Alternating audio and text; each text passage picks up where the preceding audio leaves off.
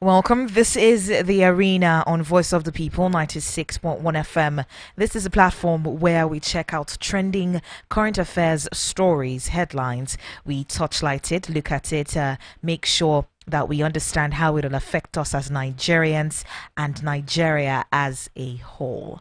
That's pretty much what we do right here on the Arena. Today, we'll be looking at the judiciary and the swearing in of Justice Kekere Ekun, making history and becoming the CJN. Senior lawyers are seeking a reform.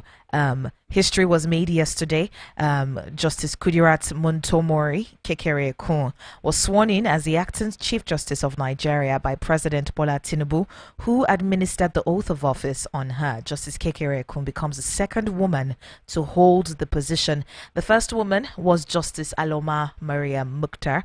Yesterday, some senior advocates of Nigeria listed several areas of reforms they believe would help reposition the judiciary. The president charged Justice Kekere Ekun to remain faithful and loyal to the Constitution of the Federal Republic of Nigeria in the discharge of her duties. Speaking during Justice Kekere Ekun's swearing-in ceremony at the council chambers of the State House, Abuja, the president stressed the enormity of the responsibility that comes with the position of a CJN, the head of all judicial institutions in the country. The president further encouraged the acting CJN to defend the judiciary's independence, promote justice, strengthen mechanisms for integrity, discipline, and transparency, and pursue reforms to sustain public confidence in the judiciary. The president said, undoubtedly, the position of the Chief Justice of Nigeria comes with enormous responsibilities. As the head of all judicial institutions in the country, it's a position of considerable influence that demands temperance and sobriety. The occupant must espouse the highest level of integrity in the discharge of duties. The president also pledged to prioritize the development and welfare of the judiciary and its officers, promising prompt and adequate attention to the sector, even as he emphasized the critical role of the Supreme Court in shaping public policies and involving Nigeria's constitutional democracy. All right, to just give us a bit of context as to what is expected of the new Chief Justice of Nigeria and judiciary sector, we have Mr. Larry Oguego to do a bit of justice to this. Good morning to you and welcome. Good morning, Jason. Good morning, Bertrand. Good morning, listeners. It's a great thing to know that finally women are asserting themselves and putting their footprints on the sands of time. And it's a good day to welcome the CJN, the new CJN, Justice Kudrat Kekereku. But this is a difficult belief that the judiciary is the last hope of the commandment. Actually, thinks that the judiciary as it is, the people think that is the man on the street saying that you can't get it. So that is the biggest challenge. The new CJN has the job of restoring the confidence of the ordinary Nigerian in the judiciary. The judiciary, as we speak, is replete with a lot of challenges that led to the perception that, first of all, a collaborative effort between the National Bureau of Statistics and the United States Office of Drugs and Crime actually singled out the judiciary as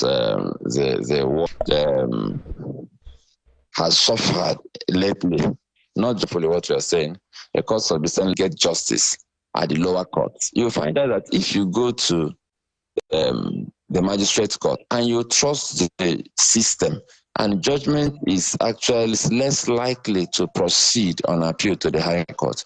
The same thing goes for the high court.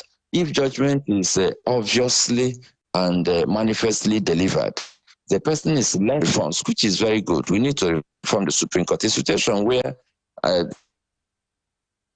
the 2023 judiciary, 30% of the cases at the Supreme Court are basically political cases. It doesn't really, without a tenant knowing that his matter is in court. And this tenant will sit in his house one day, eating lunch with family, and believe will just arrive a policeman and move the property out on the basis that they got a judgment in court. Meanwhile, this person was never served. So we have a lot of problems, and I think we need to begin to address the problems across the board. There's no rule that says that we must focus on the Supreme Court. I mean, this is a case of just like you have in Nigeria, you have the federal government, you have the state government, you have the local government.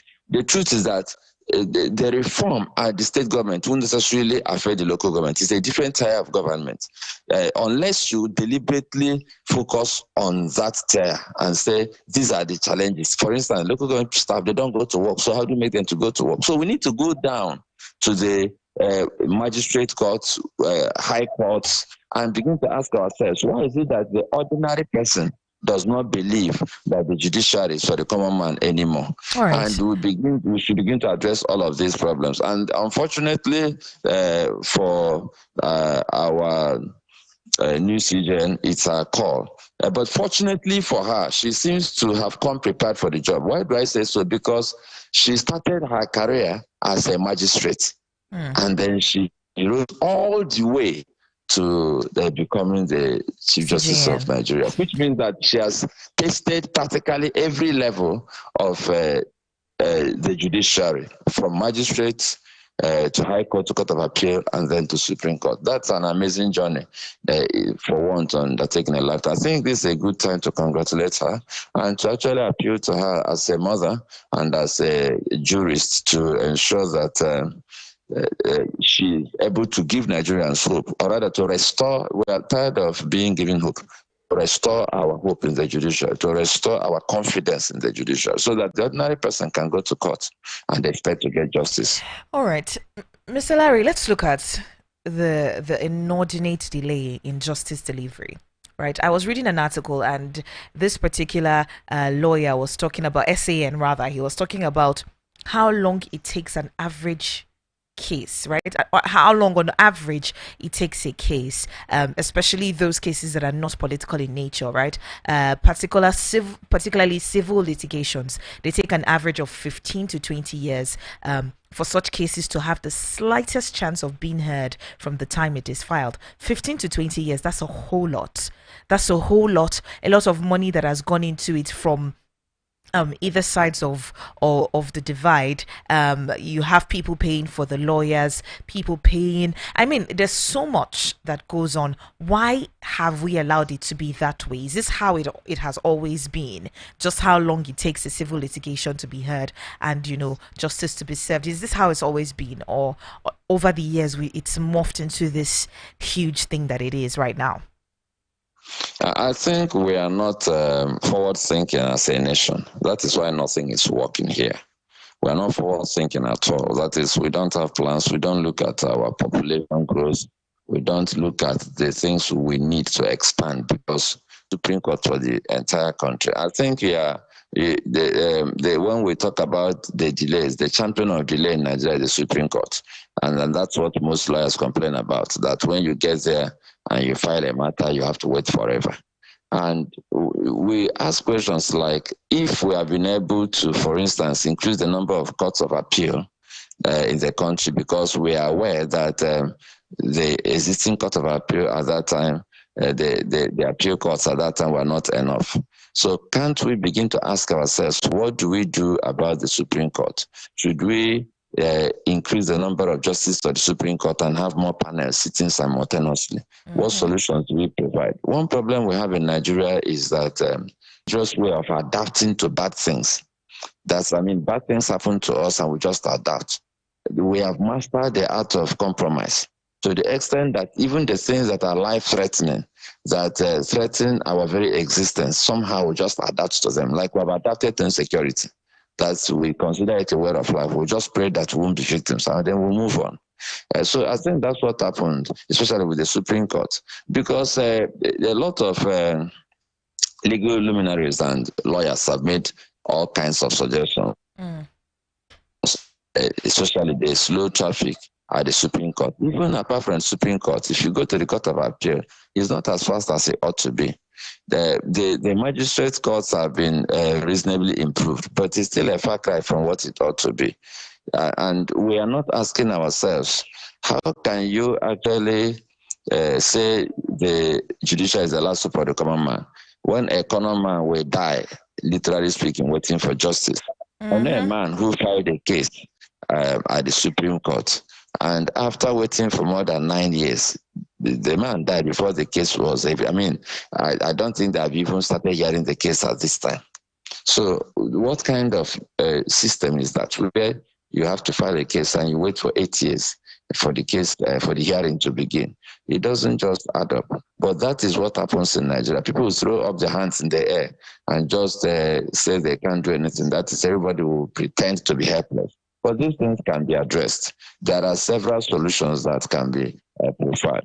So it has not always been like this. But remember that if you have one Supreme Court, when your population was 65 million, and then you have one Supreme Court also when your population is 200 million, this is bound to happen. When you have one Supreme Court, when a few persons were educated and you have few lawyers, and they have one Supreme Court now that you have about 100,000 lawyers, this is bound to happen.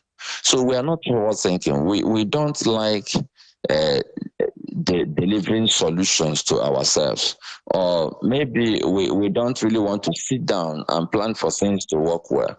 We seem to thrive in secrecy and corruption and all sorts of bad things as the people. I said seem to thrive because that is not who we are, but it looks like there are some people who are determined to keep us there, maybe for their personal benefits. So we have very serious problems to deal with. We have a judiciary where the judges still use their pen and paper to write everything that the parties say. So you are speaking, maybe you are in the witness box and the judge will say, no, say that again, take it easy. And the person is literally right. I don't envy judges in Nigeria. I don't understand how that works in this time and age.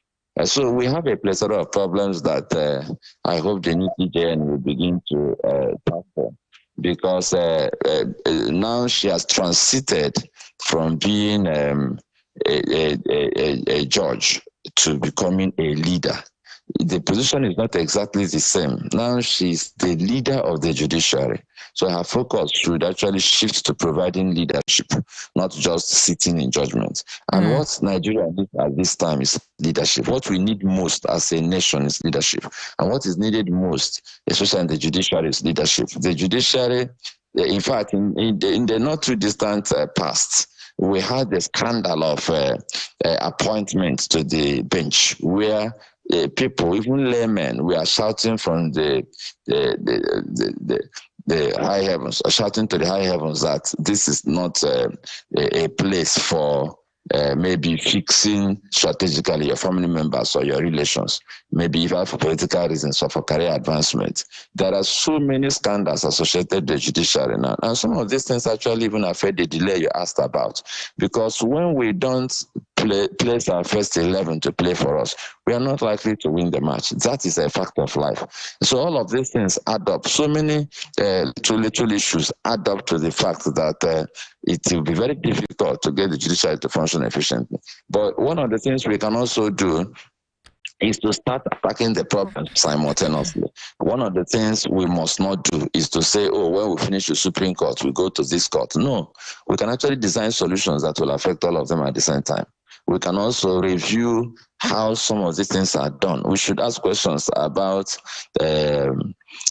why should the CJN continue to be the chairman of NJC? So what if the CJN has a problem? So what is the role of the NJC really in appointment of judges? Who else should be involved? We need to actually totally reform the judicial system and discipline to carry out the necessary surgical operation. All right. You have the opportunity to let us know what you think about our conversation this morning. 0808-312-8618 is the number to call to be a part of the show. You can also send a WhatsApp message 0808-312-8618.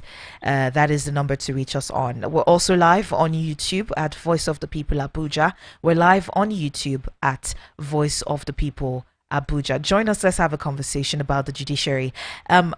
Mr. Larry, the issue of corruption, and in that when it comes to corrupt lawyers who are seen to want to maybe measures in the judiciary. For the judges, for the bench, the NJC is actually the National Judicial Council. They are the bosses when it comes to discipline of judges, and then you have a similar body at the state level. But one of the things I've noticed from my personal experience is that the average lawyer is very reluctant to write a petition against a judge. And unfortunately, most clients of these lawyers cannot file these petitions if they feel aggrieved or they are genuinely aggrieved. What happens is that they expect their lawyers to file the judiciary staff, the judge, magistrate, or whoever is not playing by the rules. Lawyers are reluctant to petition the necessary authorities. I speak from experience because there are cases where it manifests that they expect to have the goodwill of these judicial officers, and that is one of the major problems. And then when you write petitions, you find out that because the judiciary sits in judgment of their own cases, they don't seem to be serious about discipline. Because on one occasion, someone that I encouraged to write a petition because there was absolute miscarriage of justice. The magistrate in question descended into the arena and started holding brief for one of the parties in the case, and eventually gave a very terrible judgment. And I insisted that the attorney should write a petition. Do you know that it took the State Judicial Commission 1 year to acknowledge that they received the petition? After so much pressure, 12 months to write an acknowledgement that we received your petition, not that we are treating it. Wow. And that is terrible. So you now also see why a lot of lawyers are discouraged. And in fact, they wrote that acknowledgement when the lawyer complained to me, and I took it to the public domain and also complained. In fact, all the judicial officers in charge to come and explain to the people why they don't respond to petitions. And because of that particular instance, that it was going to embarrass them, they now acknowledged that they received it, they were going to treat it. And they didn't really treat it, if you want to just put it simply. So we have this problem that the judiciary usually sits in judgment of their own cases, and they're not doing a good job of it. The other day they punished some errant judges, and you notice that the punishment given were not really commensurate sometimes with the offenses committed. Some people get a slap on the wrist, some people walk away with a flagrant abuse of office.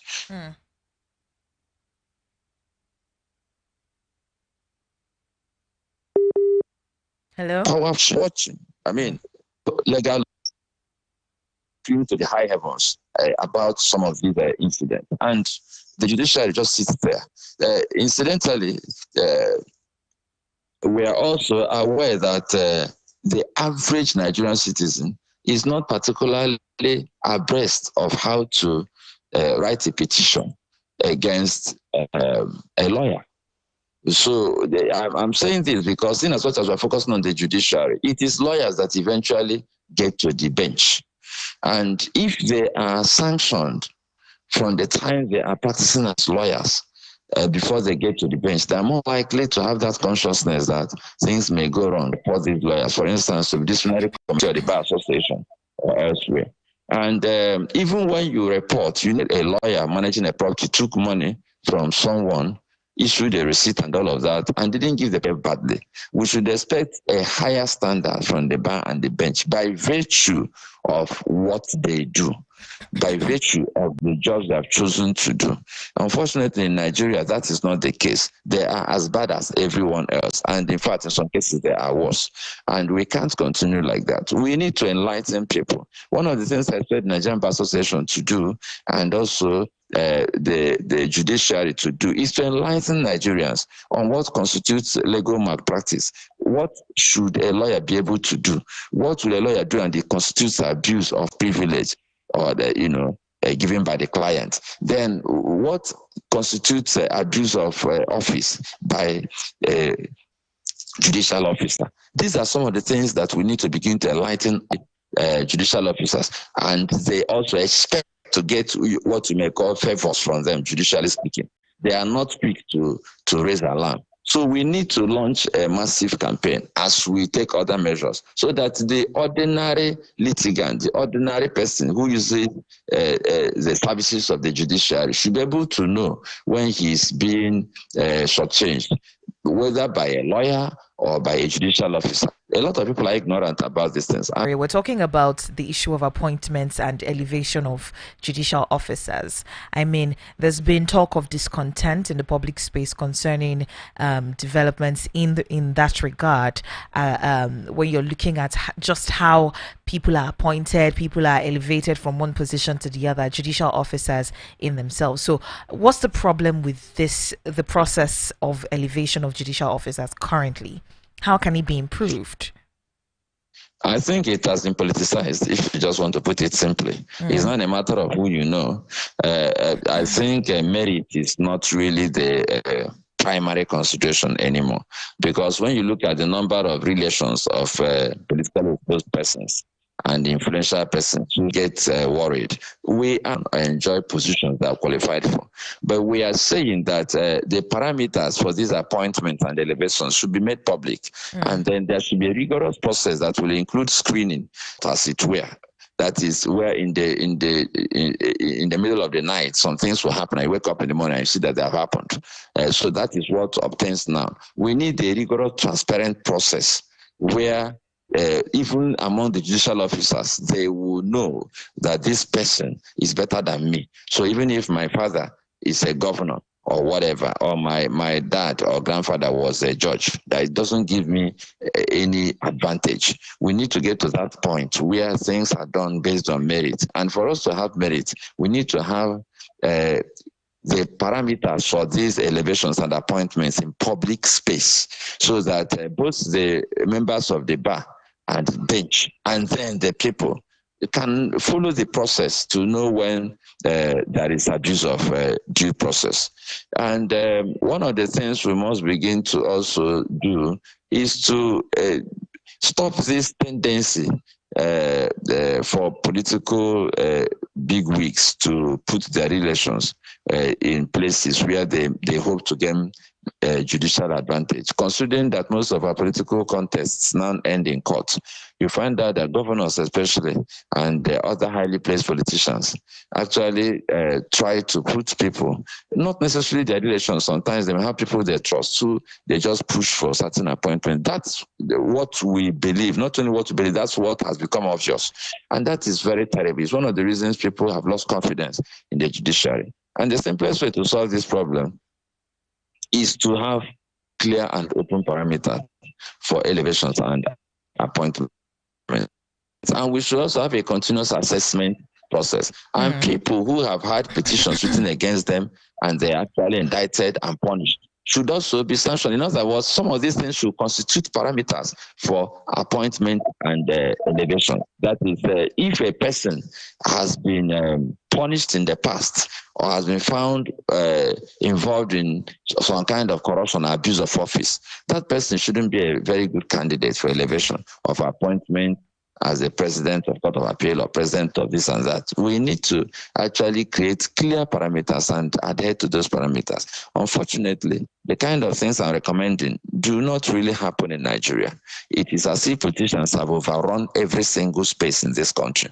And they have not only captured the different aspects of our national life. They seem to be bent on totally capturing the judiciary because they have seen that ultimately our votes do not appear to count, that it is the power of the judges that now count. So they are moving the rigging process from the polling units to the courts, unfortunately so. And we all have to fight back, especially the judicial system must fight back. The bench must fight back. And the new CJN has an opportunity to make history because she has enough time by virtue of her age to make significant changes happen. There are some of them that have very short time, but she has enough time to really put some things down before she retires. So I hope that she will understand that she has a date with history, and Nigeria is watching and posterity is also watching. All right. Looking at the judiciary, one thing that's always, bogs my mind is the independent, somebody who is appointed by the president, who was looked at by the National Assembly and all of that, and finally appointed by the president. How can that person be truly independent of influence from either the executive or the legislative? Well, for me, really, the issue of appointment of the CJN is more or less a procedural matter. That's the most senior judge of the Supreme Court assumes the position. To a large extent, the presidency has not influenced that. But there is the issue for me of very big issue of dependence financially on the executive. Apart from the fact that, yes, they get resources in terms of, if the CJN want to, for instance, improve the accommodation of the judges in Abuja and elsewhere, say the federal judges and the state judges, who is the CJN likely to go to? She will go to the governors and the minister, for instance, of FCT, if you're talking of the High Court in Abuja. So you find out that willy-nilly, the executive seems to have a lot of influence. We need to get to that point where, in as much as the executive may still have custody of some roles, the judiciary should have certain things guaranteed. Lagos State has done very well, for instance, in guaranteeing the welfare of the judges in Lagos State, in providing them housing and a lot of other things to ensure that the likelihood of being tempted to do what's wrong will be low. So we need to get the independence of judiciary, not just about the appointments, because most of the appointments are, there is corruption and lobby and influence, not necessarily imposition on them. I think what we need to worry more about is the fact that a lot depends on the executive in Nigeria is like a behemoth. They decide what members of to a large extent, they decide how comfortable the members of the National Assembly are in terms of finances.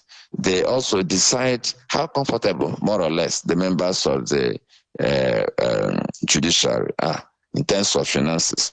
And that gives them some leverage that is pretty much unusual. The legislators sometimes fight back, though they are not interested in fighting back for the masses. They fight back for themselves. We have seen that repeatedly. So if they need to fight, they are fighting to get either better SUVs or better allowances. They really fight for the people. But the judges, by virtue of their profession, they are not supposed to agitate. They don't have a union. They don't speak anyhow. It was only recently that we saw something that looked like an agitation by the judges. But that was an exception to the rule. And personally, I expect that more of such will happen. If things are going bad, somebody should speak up. You can't say you're maintaining a dignified silence when you're dying in silence. You should speak up and place a demand to the person who is sitting on your welfare or sitting on your ability to perform your tasks properly. I think we need to clip the wings of our executive in this country. To hold the governor accountable. You hardly have credible opposition in this country. So we need to get to that point where we whittle down the powers of the executive so that they do not continue to hold the judiciary and other arms of government to ransom. All right. All right, thank you so much. Before we Madam Sijen, you have a date with history. There is no better time to transform the judiciary than now. When there is pitch darkness, even the smallest sources of light become very relevant. And there's almost pitch darkness in the judiciary now. And we need some light, not just little light, we need plenty of light. And considering that, Madam, you rose from the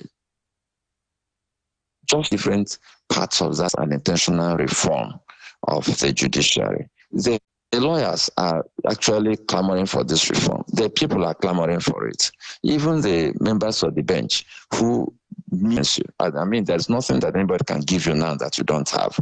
So what you should do, what we expect you to do, is to have a date with history and posterity and give us a reinvigorate of the commandment. And when you do that, what will happen is that your name will be written in gold forever. Congratulations once more. And I hope that all of the people around you are also listening to the voice of the people so that they will. New CJN, we also have a new coach for the Super Eagles. Bruno Labbadia has been appointed the new Super Eagles coach. So what's your take on that? First of all, I have to give a big shout out to Mr. Larry. So I think he's someone I can listen every day of the week and twice on Sunday. I was just, at some point I forgot I was here to talk sports and I was just listening. But anyway, back to Bruno Labbadia. He is officially Nigerian's 37th coach, the 37th coach of the Super Eagles, replacing a certain Finidi George. He's also the 5th German to coach the Super Eagles of Nigeria after Karl-Heinz Rummenigge, Grubo Gula, Manfred Horner, Betty Vogt, and Gernot Raw. Labbadia, unfortunately, has only won the DRB Pokal as a player and the Bundesliga as a player, but as a manager, he has failed to win anything. His CV only tells us that he's been a coach of Hamburger, VRB Stuttgart, and just teams, around the Bundesliga. But it's a big surprise that after names like, Tom Sienfiet, names like Harvey Renard, names like, of course, John Anderson, Nigeria, we decided to pick Bruno Labbadia. So what exactly is the what's attracting us to a German Bruno? What's attracting us to him? I can't tell you because it's the job of the NFF, the Nigerian Football Federation, to select the managers. Even I, as a sport journalist, I'm stunned. We got names during the process, but Labbadia just appeared yesterday. We had things was going to be announced today, and as early hours of this morning, around 7, it was a communique by the NFF announcing him as new manager.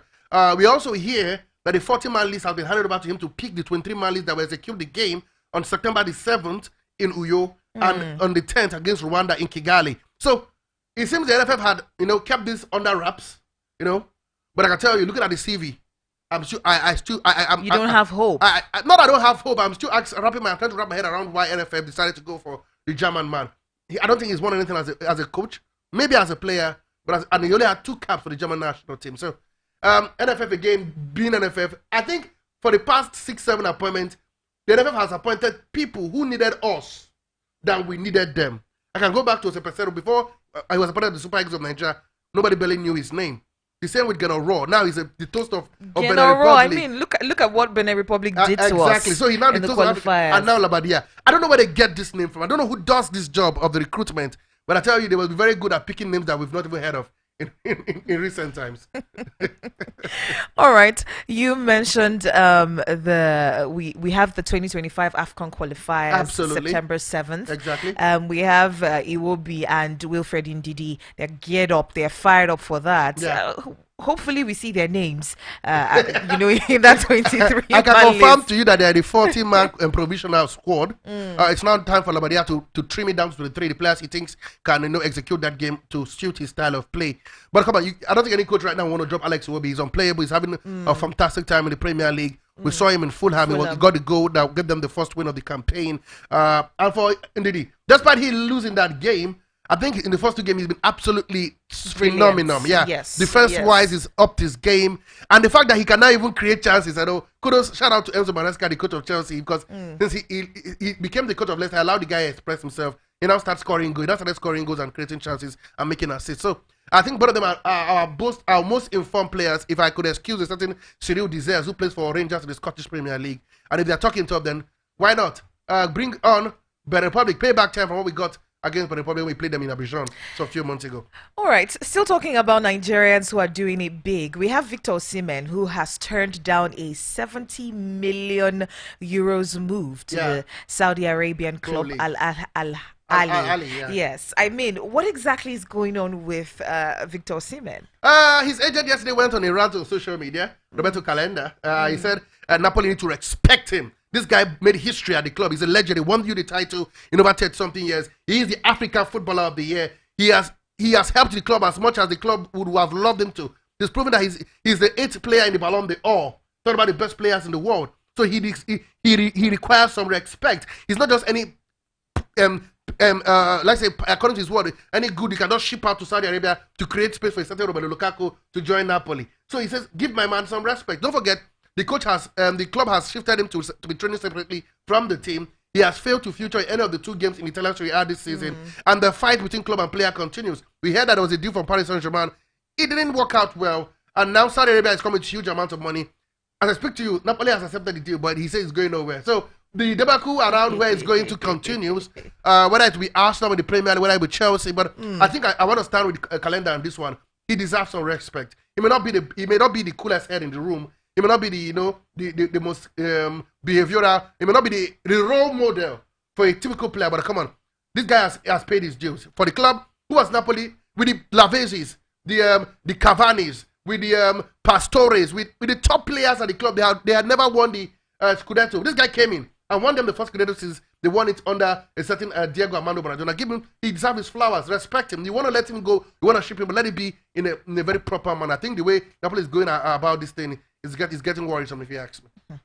All right. So any other sports stories? Absolutely. Falcons were in action yesterday as we prepare for the FIFA Under-20 World Cup. They will be in the same group with Venezuela, Germany, and North Korea. They were beaten by Mexico by a 1-0 late last night. That I can confirm to you as well. In that encounter, they were well beaten in that encounter. Our ladies are winners of the WAFB qualifiers. Talking about Edo Queens, they will be going on a road show with a trophy. They were received by the governor of the state and his wife Betsy Obaseki. And I tell you, they want to have a party as a repair. Don't forget, it will be the sole representative of WAFB at the CAF Women's Champions League. So you're talking CAF Champions League. We hear that the Gospel of Stadium will be the home ground for Enugu Rangers and Eyimba Faba in the CAF Champions League and the CAF Competitions Cup, because CAF have only approved that stadium for Nigeria that we hear. And in the MPFL is building up to the 31st of this month. We hear that the referees have begun their preparation at the Moshood Abiola Stadium in Abuja as they prepare for their fitness, getting ready for the new season.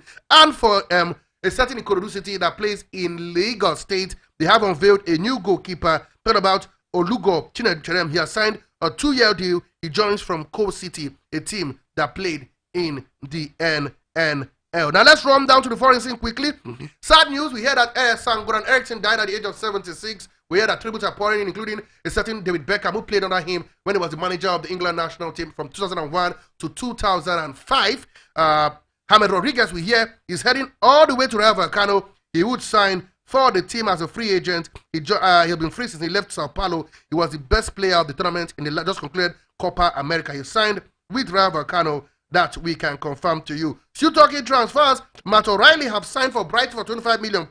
We hear he has signed a 5-year deal until June 2029. For Kozuma, he could be headed all the way to Saudi Pro League in Saudi Arabia. He has done his medicals. He'll be heading to Al Araba. That's a team in the Saudi Pro League as Kozuma is heading out of the Premier League. That we can confirm to you. Quickly before we go, guys, in the MMA, one man said he's not going anywhere. He hasn't left boxing. He hasn't left mixed martial arts. I'm talking about no other than Francis Ngannou as he prepares for his fight against Renan Ferreira on the 19th of October. He says, I have not left MMA and I haven't left boxing. I am returning to the MMA. I have never left, and he's not through with boxing as well. This man has just 3 losses in his 20 MMA fight, 12 knockouts in that period.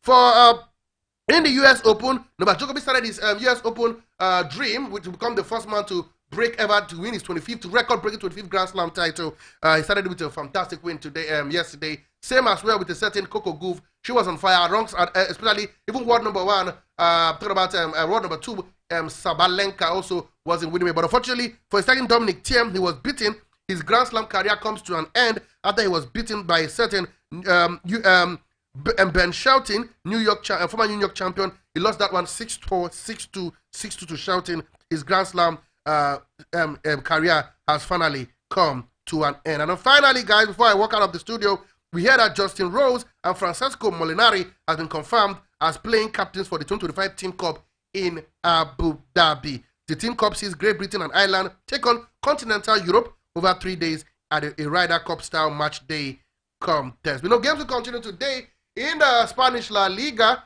There will be games in the EFL round 2. Top teams in English football, the top teams from the Premier League will be playing, and of course, don't forgetting the DFB Pokal. All this will happen later. But don't worry, we'll give you more juicy details on that exactly 5 p.m. when it's time for Sport Lounge. 5 to 6 p.m. It's going to be a sport extravaganza. Don't forget, the major talking point is that Nigeria has got a new sheriff in town, a new coach of the Super Eagles of Nigeria, and his name is Bruno Labbadia. All right, so we hope that he's able to steer this ship off the murky waters that it's in at the moment, because we have Nigeria set to play next week Saturday. Exactly. Face Benin Republic on Saturday, September 7th in Uyo, before filing out against Rwanda 3 days later in Kigali. So we're hoping that, because this is a very, very crucial moment, he doesn't really have enough time to implement some of the coaching. Can I say same old NFF? Announcing the manager 2 weeks or a week before a tournament. Again, we did that with the Sunday Goose under 20, under 23, and now Finney the judge. I don't know. I don't know if we do not actually crave winning. If we just enjoy the place that we're in at the moment. If we do not want to shout goal and shout all the good things for Nigeria. I think we can win the World Cup. I don't know. We can win the World Cup if the right thing is done. But at the moment, we keep going around in circles. And like Mr. Larry will say, we know the solution, but we just don't want to do it. All right. Catch up on the Sports Lounge at 5 p.m. My name